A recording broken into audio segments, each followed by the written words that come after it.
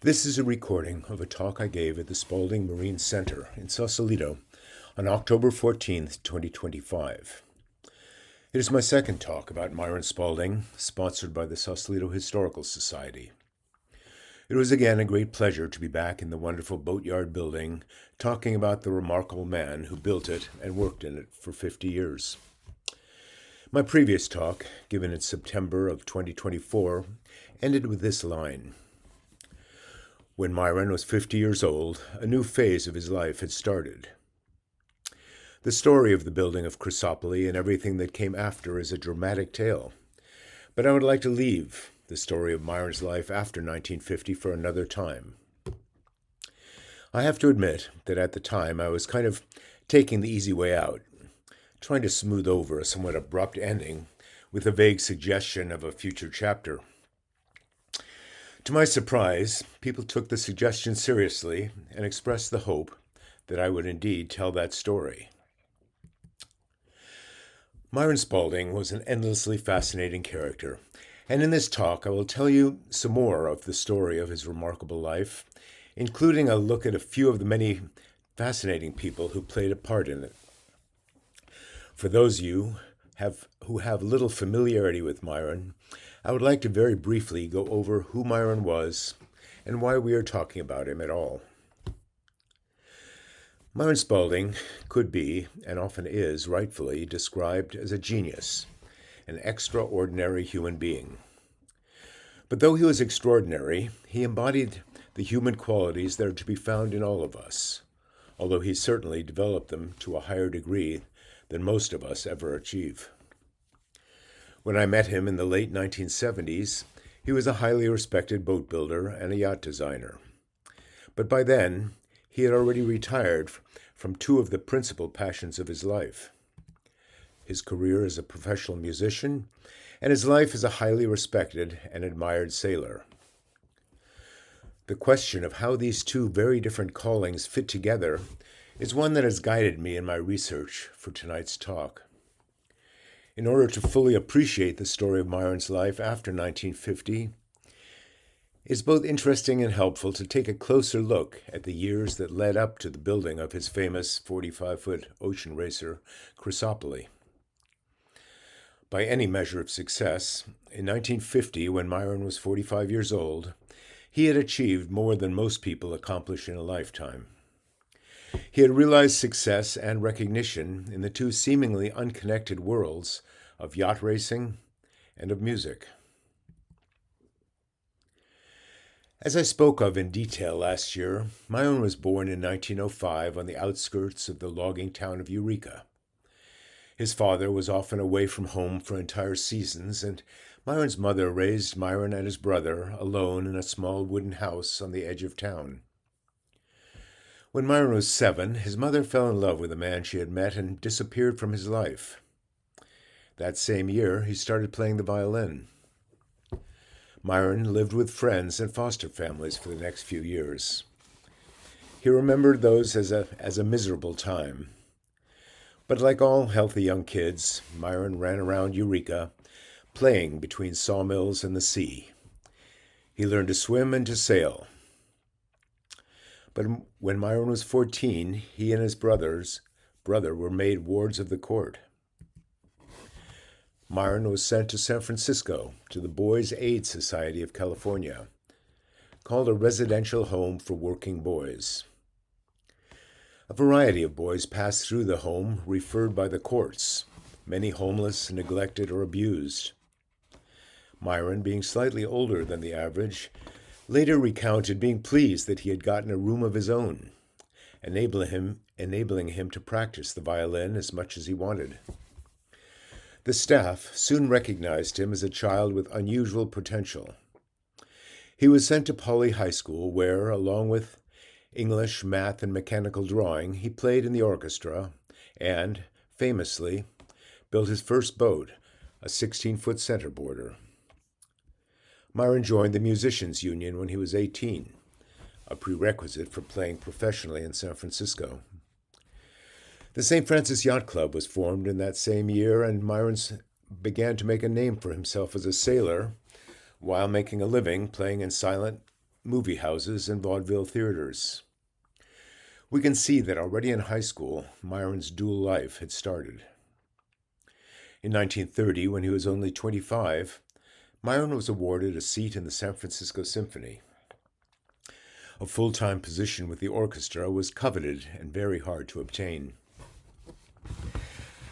Myron entered the world of professional music in the midst of the Great Depression. The symphony was in the grip of the chaos that was spreading over the entire country.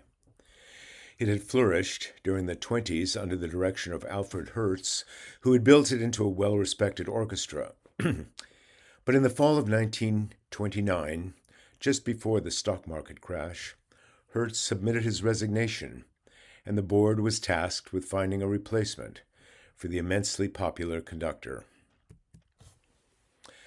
Perhaps daunted by the challenge of replacing so strong a leader, the board chose to hire 2 conductors to share the podium. The 2 men could not have been more different.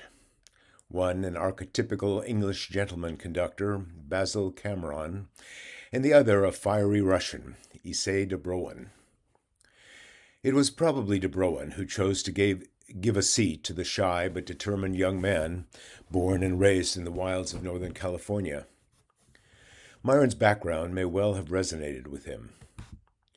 De Broen himself was born to poor Russian peasant parents who had been forced by poverty to give him up for adoption.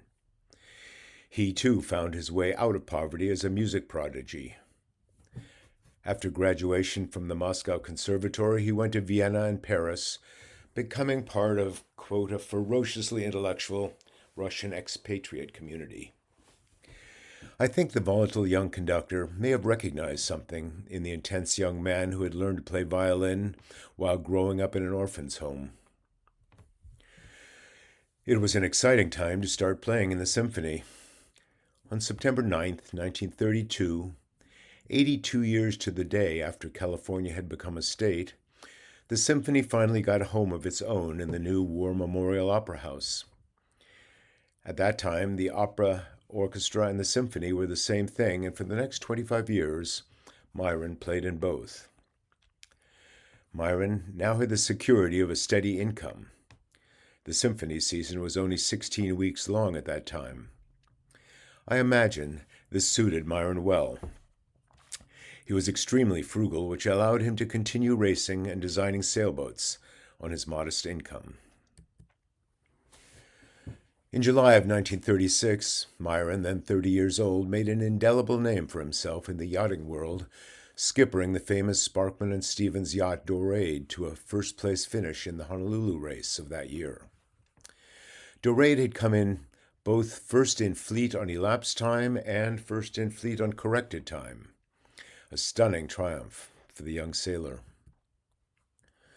This was a significant moment in Myron's life, both in terms of recognition and in that it was the beginning of a long, mutually respectful relationship with the highly successful designers Rod and Olin Stevens, who had founded the renowned design firm of Sparkman and Stevens only a few years earlier.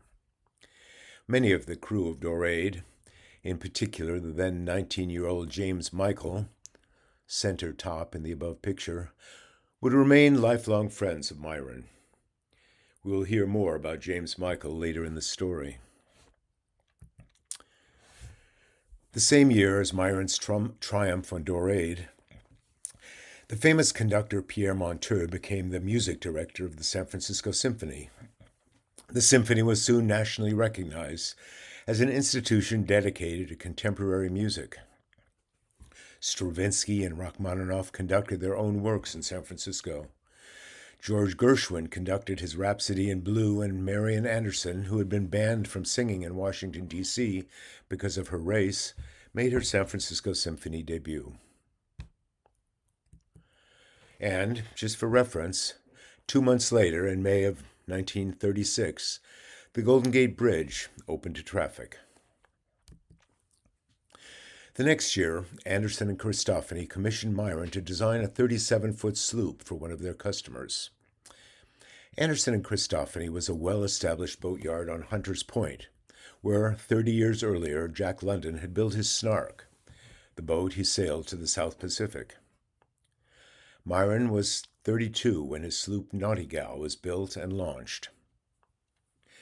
Myron was able to rent an office at 617 Montgomery Street for $10 a month. Though he lived in boarding houses around the city, Myron had found a secure place to work on his designs. It was to be his address for the next 20 years.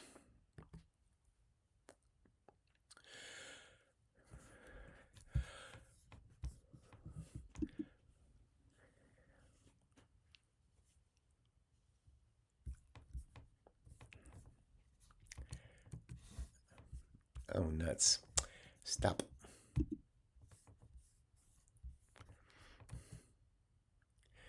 I have become increasingly fascinated by the question of how music and sailing, the two apparently quite different aspects of Myron's life, fit together. In an effort to understand what it was like for Myron to play in the symphony, I interviewed a young violinist, Wyatt Underwood, who currently plays in the San Francisco Symphony. Speaking with Wyatt gave me insight into parallels I had not considered. In describing the act of playing as a symphony musician, he told me, "You always lead with your mind." I think he meant that though skill and practice are necessary, performing in the symphony is primarily a mental activity. I came to realize that though playing music and sailing boats are physically quite different, they are both fundamentally activities of the mind. I was amazed to hear him say, playing in the symphony is like being in a school of fish. He meant that you are all reacting to the changes around you even though you are all playing from the same score. This sounds a lot like sailing as part of the crew on a boat where you are continually responding to changes in the wind, the currents, the actions of your fellow crewmen, and the boats around you. I asked Wyatt what had most attracted him to a career in the symphony. He said that a major attraction for him was the huge repertoire of music the symphony gave you the experience of playing. Myron also, when asked in an interview in 1991 what his favorite piece was, answered, "Why, all of it, of course, all of it." When I look at Myron's drawings, the extraordinary thoroughness and attention to detail they exhibit, I realize that a drawing is not that different from a musical score. If you compare the performing of music from a score and building a boat from drawings, you realize that the score and the drawing both embody the thought that becomes the product. Any of you who ever spoke with Myron probably remember that he almost needed to hold a pencil in his hand and sketch while he was talking. For Myron, drawing and thinking were inseparable. Just as a score contains the instructions for the orchestra to play the music, a drawing is the intermediate step between the designer's ideas and the intended execution. Now, Myron was a violinist, a gifted violinist, but not a composer.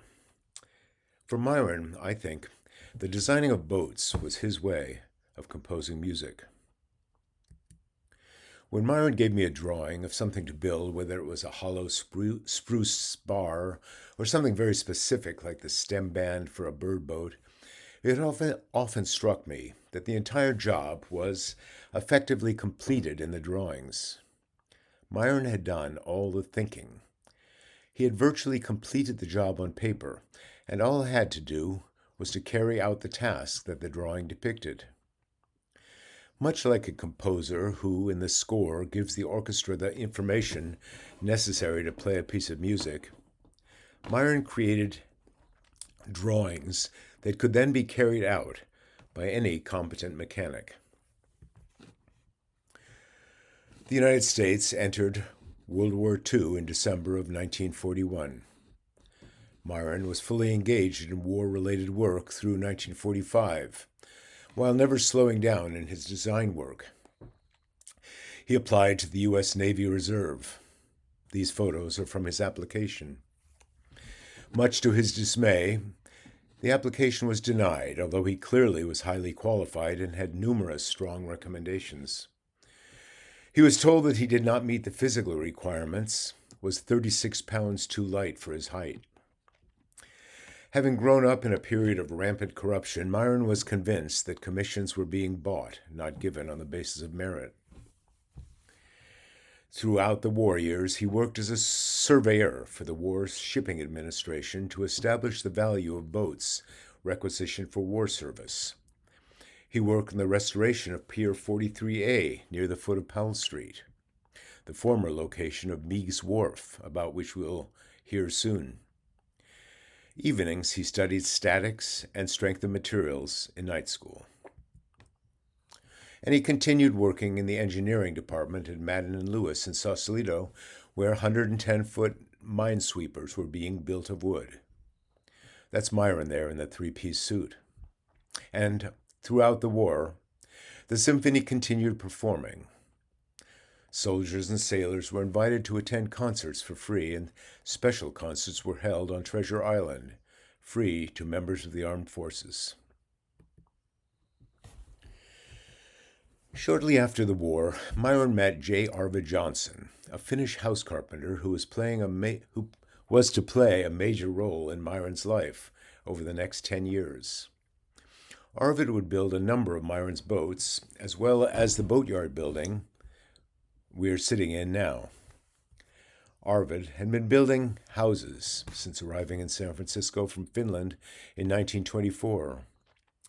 He was known for building junior fives, small, simple houses built for, quote, practical people who count their pennies.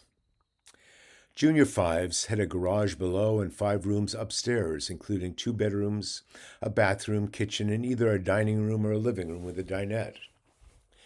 They could be bought in the 40s for around $5,000, $90,000 in today's dollars. Johnson liked boats. He had been an early member of the Golden Gate Yacht Club, which was started on a barge moored in the San Francisco Yacht Harbor near the St. Francis. Many of the founders were working men and fishermen who used to stop in at the barge for a drink and some socializing on their way back home from work. It became known as a relaxed and welcoming social club, famous for its open-door policy and the honor system at the bar. Myron had been working on a number of designs during the war years, the largest a 50-foot yawl. Arvid built Myron's yawl in a lot adjacent to his house at 412 Pioche Street in the Excelsior district of San Francisco. I visited Pioche Street and was amazed at the ingenuity it must have taken to build a 50-foot boat in that hilly area on a lot hardly wider than the boat itself. Johnson was clearly a man who knew how to get things done. He and Myron developed a productive working relationship. Myron worked closely with Arvid on the 50-foot yawl, his design number 12. Arvid named the new boat Suomi, the name, in Finnish, of his country or his people. In 1947, Myron sailed with Arvid and his wife Emma in the Honolulu race on Suomi, taking first place in their division and cementing Myron's reputation as a yacht designer. Arvid dreamed of sailing the boat to Finland for the 1952 Olympics. In September of 1946, soon after the end of the war, Myron signed a lease agreement with E.B. McNear for a piece of beach property on Point San Pedro, east of San Rafael, including the old building known as the Steamer Gold Warehouse.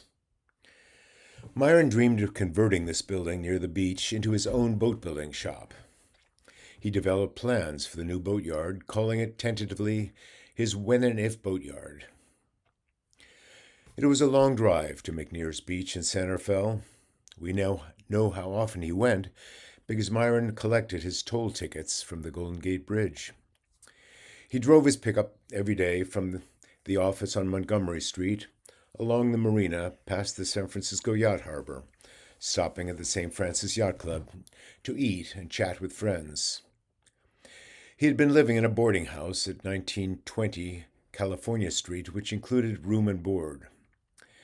When the house was sold in 1945, Myron got into an argument with the new owner about what meals were included in the price of his room. He was evicted in May of that year. We don't know where he moved from the guest house, but I wouldn't be surprised if he bunked in the little office he rented on Montgomery Street and ate his meals at the yacht club.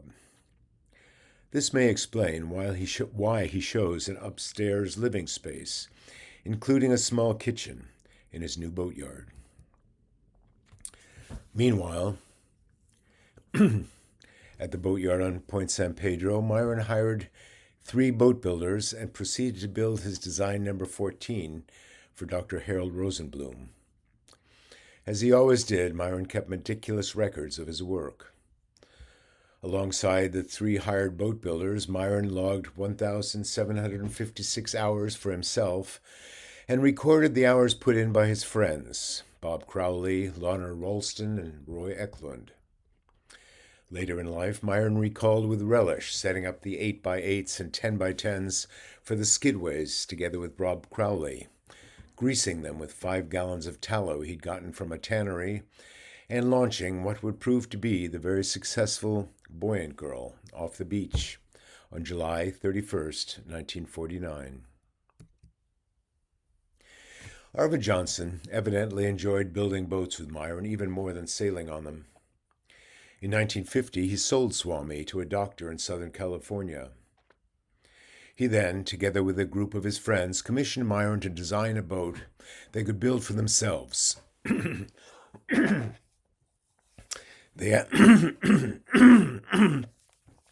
Excuse me. They asked Myron to draw up a boat that would race, give some comfort and headroom for cruising, had an adequate auxiliary, and could be built by comparatively inexperienced builders.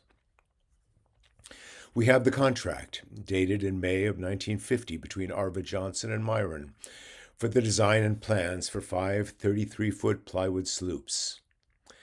The contract states that, quote, for the sum of $625, Myron promises to design and furnish a complete set of plans and specifications and full-size details of hull on quarter-inch plywood for 5 sail sloops, 33 feet, more or less, unquote. The simple contract includes the signatures of the 5 owners and shows how much each would pay. After his experience with designing the Clipper in Sausalito, where he had sold the plans outright without receiving further payment for the more than 60 boats built to his plans, this was Myron's attempt to be a little more careful with his business matters. Arvid got Anderson and Christophany to allow him and his friends to use the loft floor at the yard if they cleaned up after themselves.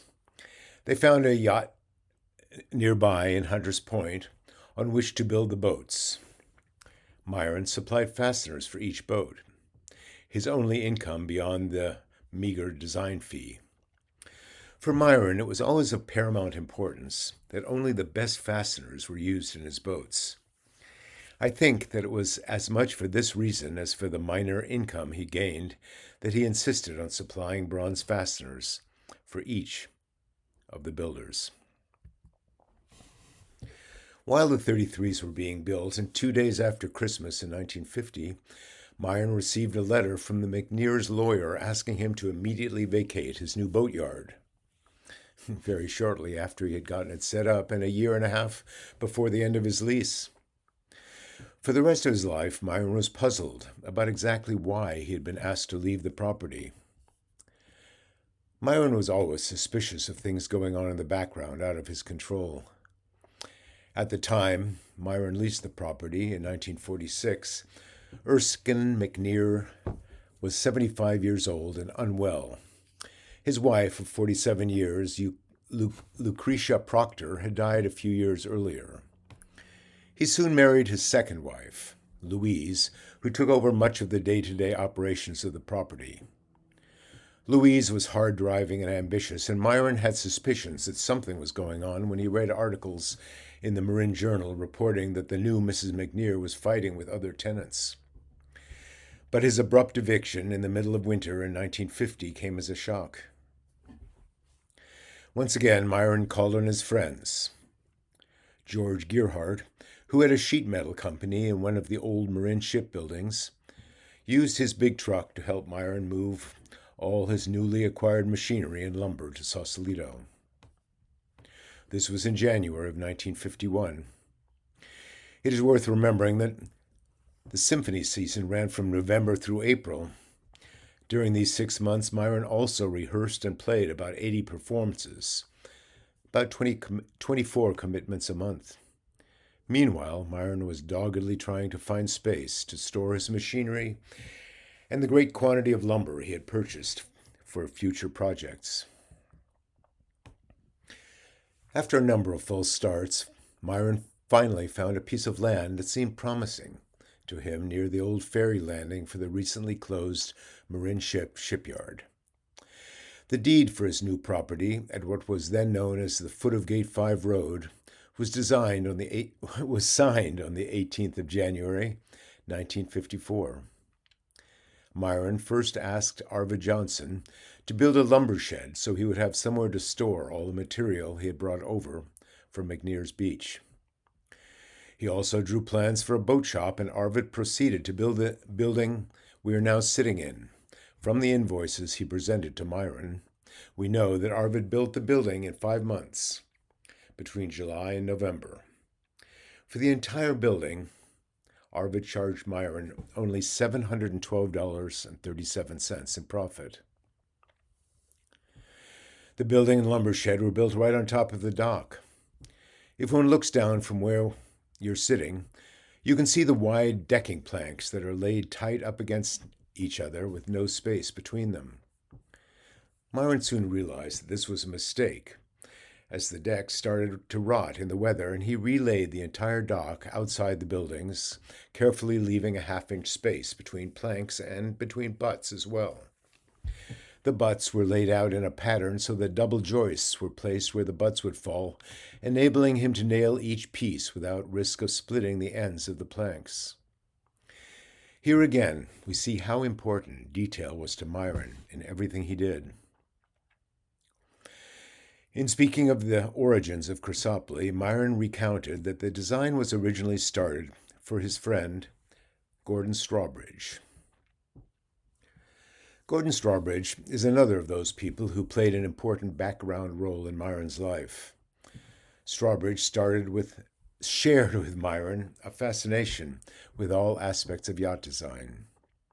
Starting in 1940, the two of them maintained an ongoing conversation lasting 15 years, both in person and in writing. Over that time, Myron designed a number of boats to try and meet Strawbridge's requirements. Strawbridge had been born into a patrician Philadelphia family. His father was the owner of Strawbridge and Clothier, a department store, described in Wikipedia as a, quote, gracious urban emporium, originally founded in the building that had been Thomas Jefferson's office when he was Secretary of State under George Washington. Strawbridge had started his career in publishing. After moving west, he opened a bookstore in Palo Alto. In 1946, he moved to Mill Valley, where he opened Strawbridge's, a well-known stationery store, which became a landmark in downtown Mill Valley. In 1950, he was appointed to fill a city council vacancy. We have 12 letters from Strawbridge to Myron written between mid-1952 and mid-53 alone. In a last letter, Strawbridge questions the spacing of the frames in Myron's latest design, insisting that they should be spaced 10 inches apart instead of the 9.5 inches that Myron has specified. I think Myron began to sense that Strawbridge was enjoying the design process a bit too much. Increasingly involved in politics, Strawbridge became mayor of Mill Valley in 1954, and some years later, he was the first mayor of Tiburon. Around 1954, Henry Meigs stepped into Myron's life, asking Myron for a boat to sail in the 1955 Honolulu race. They probably knew each other from the St. Francis Yacht Club. Meigs' namesake great-grandfather was the legendary Honest Henry Meigs of Gold Rush fame. During the short time he was in San Francisco, Meigs laid the foundations for much of the world Myron was later to live in. Meigs had arrived in 1849 on the pack at Albany with a load of lumber that he proceeded to sell in the booming new city for 20 times its cost, showing a profit of $50,000, more than $2 million in today's money. He soon founded the California Lumber Company in Mendocino County and built the largest and best sawmill in the state, essentially starting the Northern California lumber industry that Myron was born into only 50 years later. He became a trusted member of the San Francisco City Council.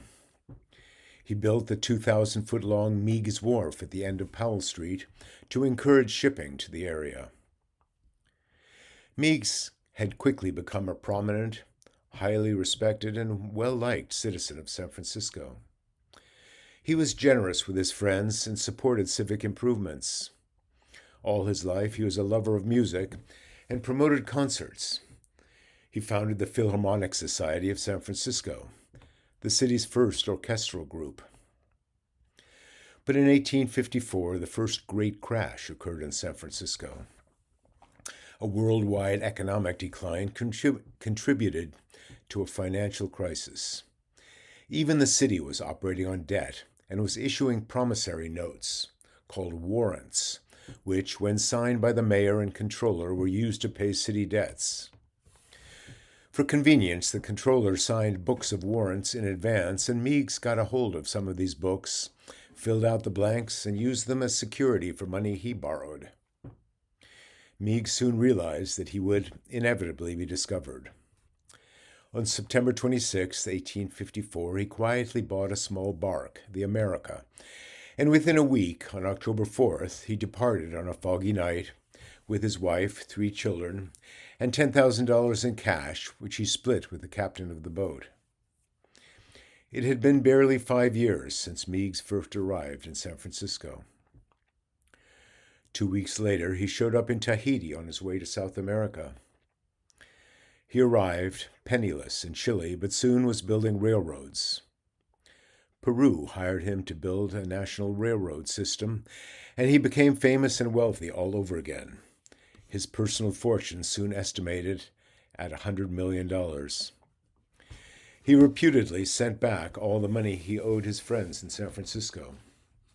In 1874, the state of California passed a bill exonerating him for his crimes. Such was the enduring popularity of Honest Henry Meigs. Henry Meigs, the great-grandson of the notorious Honest Henry, approached Myron shortly after he had bought his property at the foot of Gate 5 Road. Like his grandfather, Henry Meigs had a spirit of generosity that he extended towards Myron. He offered Myron a loan of $15,000 on very favorable terms to help him get his new yard started, and commissioned him to build a 45-foot auxiliary yawl. Myron was ready for this request by simply modifying plans he had drawn for Gordon Strawbridge. Meigs hired a man named Ralph Cooper to work in the yard as his agent during the construction of his new boat. It was undoubtedly obvious to Meigs immediately after making his agreement with Myron that there was no way the new yacht would be completed in time for the Honolulu race that was scheduled for the middle of July of that year. Myron was making good progress on the boat in the spring of 1955, having lofted it and set up the keel, and was ready to start framing.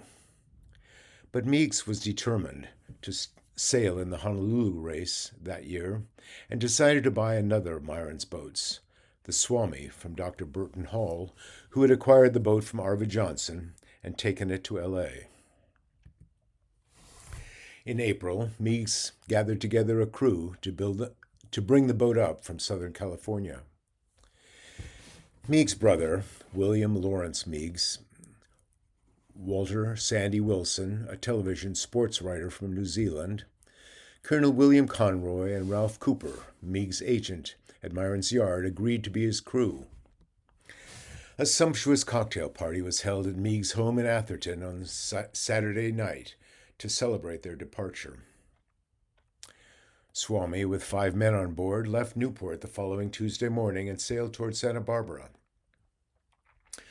At around 8:30 that evening, they sailed into Santa Barbara Harbor to have some work done on the engine and refuel.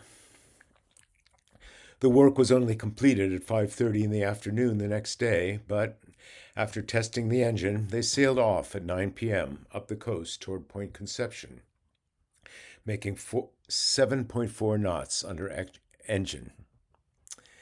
Visibility was 4 miles, with choppy seas and a northeast breeze.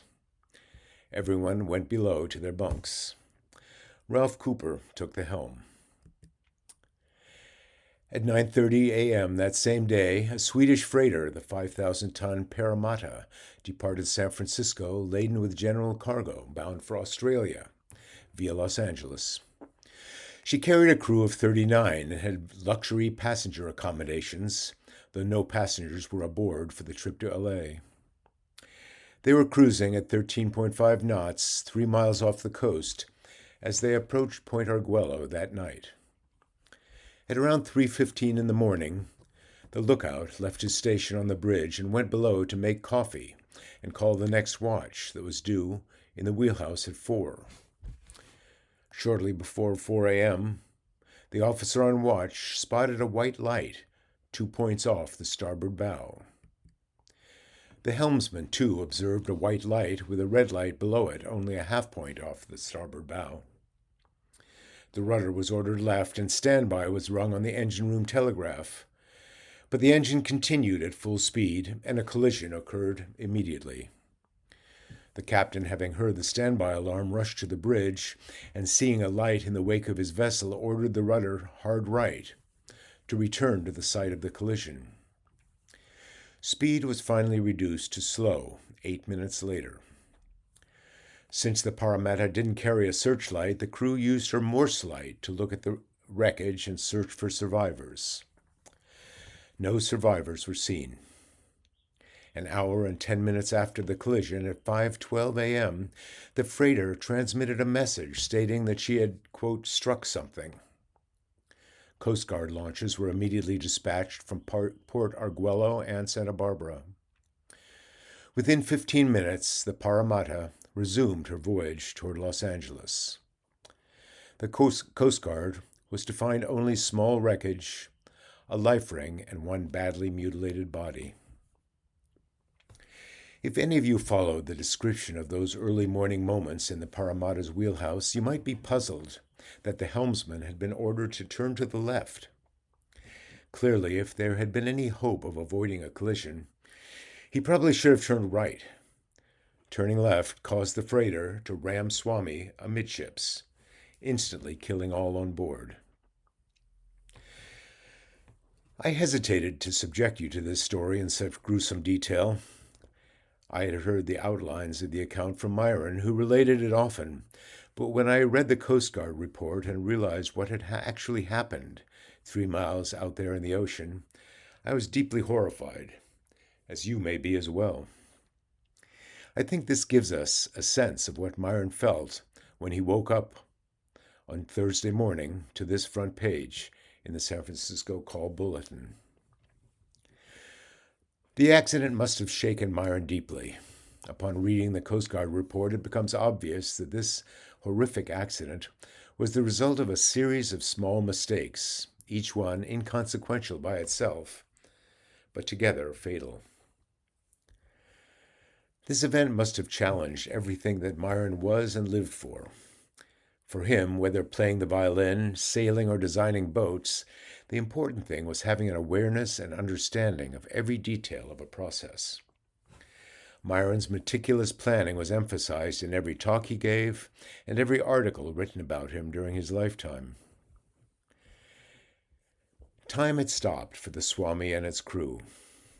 But, as witnessed by the Parramatta arriving in Long Beach to pick up its passengers only 3 hours behind schedule, life went on.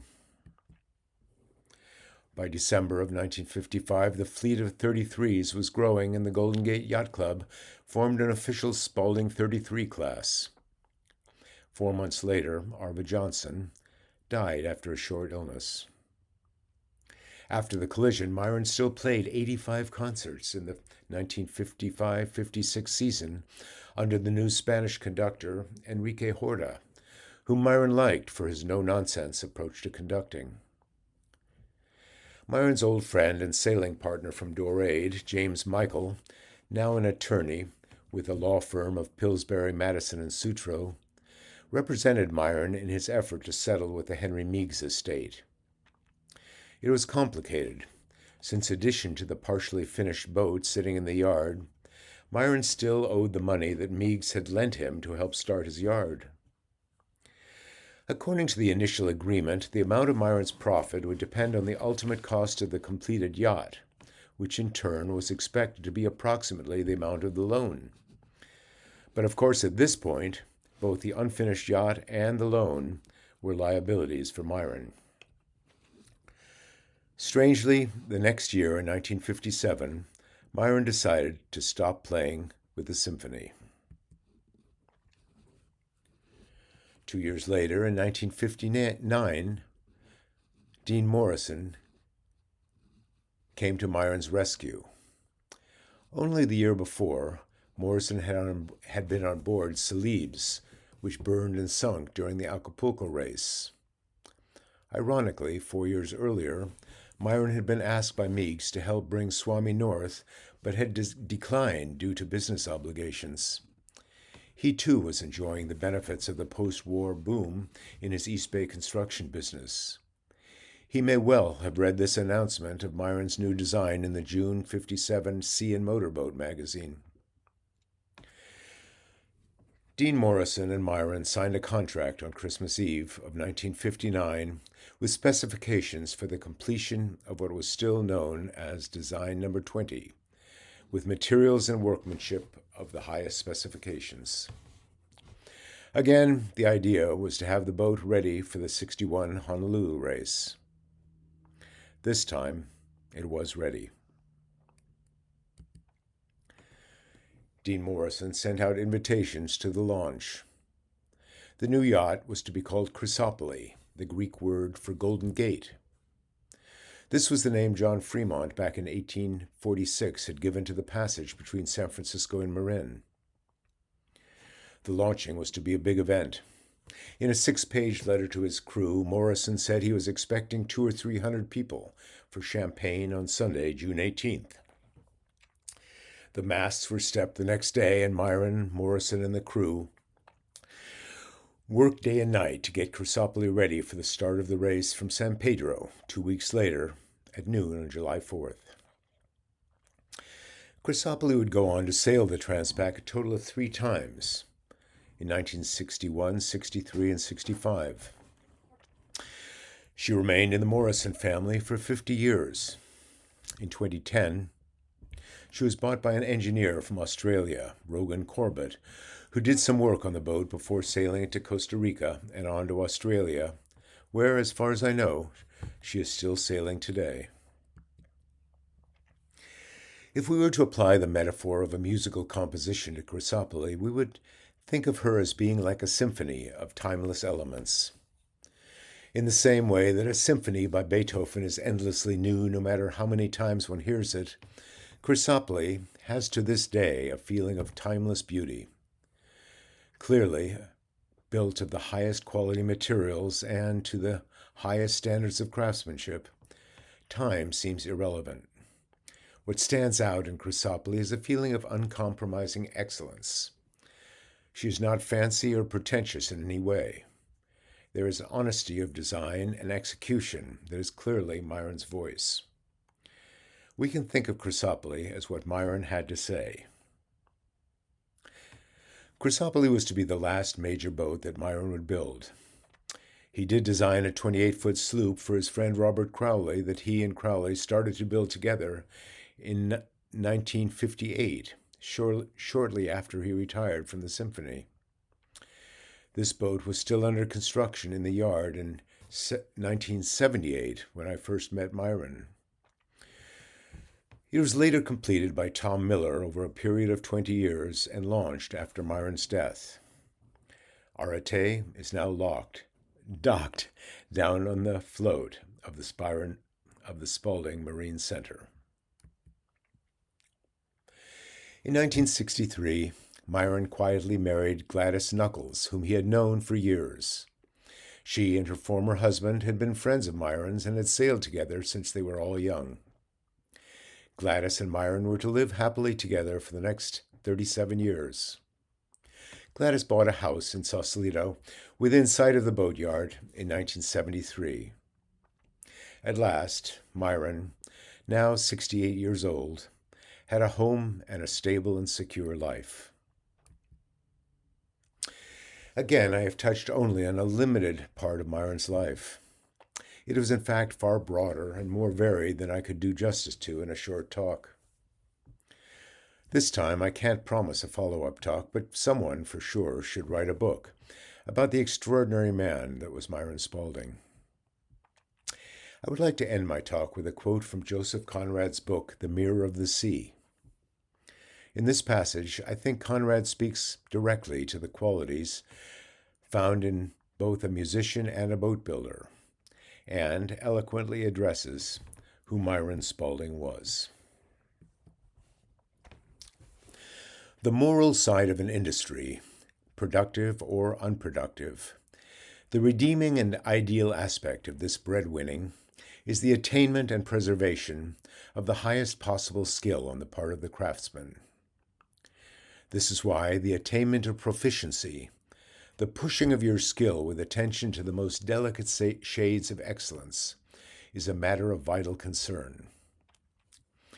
Efficiency of a practically flawless kind may be reached naturally in the struggle for bread, but there is something beyond, a higher point, a subtle and unmistakable touch of love and pride beyond mere skill, almost an inspiration, which gives to all work that finish, which is almost art, which is art. I will end with a drawing of Myron Swami. Thank you for listening to my talk.